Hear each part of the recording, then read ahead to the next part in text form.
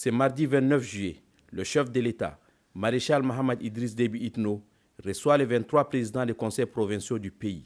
Tous présents et à l'écoute, les 23 élus en présence de leur ministre de tutelle ont suivi avec grand intérêt les orientations et conseils du président de la République qui se résument en 3 axes.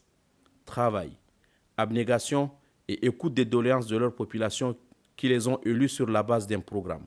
C'est à ces prix que découlera la réussite de leur mandat. Et pour éviter tout malentendu dans la distribution des rôles, des orientations ainsi que la promesse de non-ingérence ont été faites.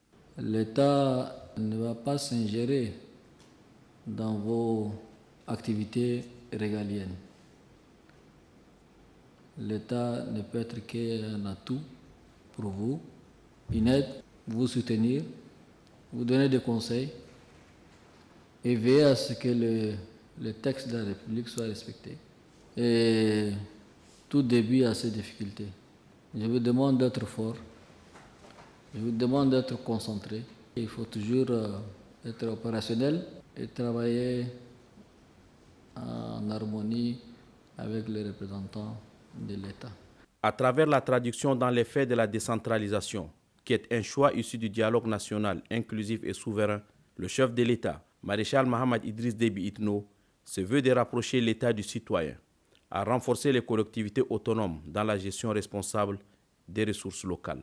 C'est dans cette optique que des promesses leur ont été faites. Pour commencer, au niveau de la présidence, pour vous soutenir,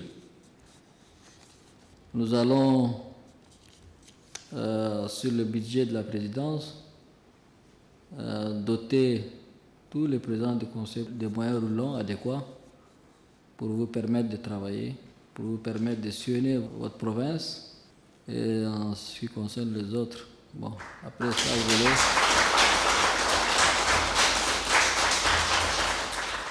Comme la messe est dite, il ne reste aux présidents des conseils provinciaux qu'à mettre en musique la volonté du peuple souverain en appliquant strictement et intégralement la décentralisation telle qu'édictée au sortir des travaux du séminaire national sur la décentralisation au Tchad.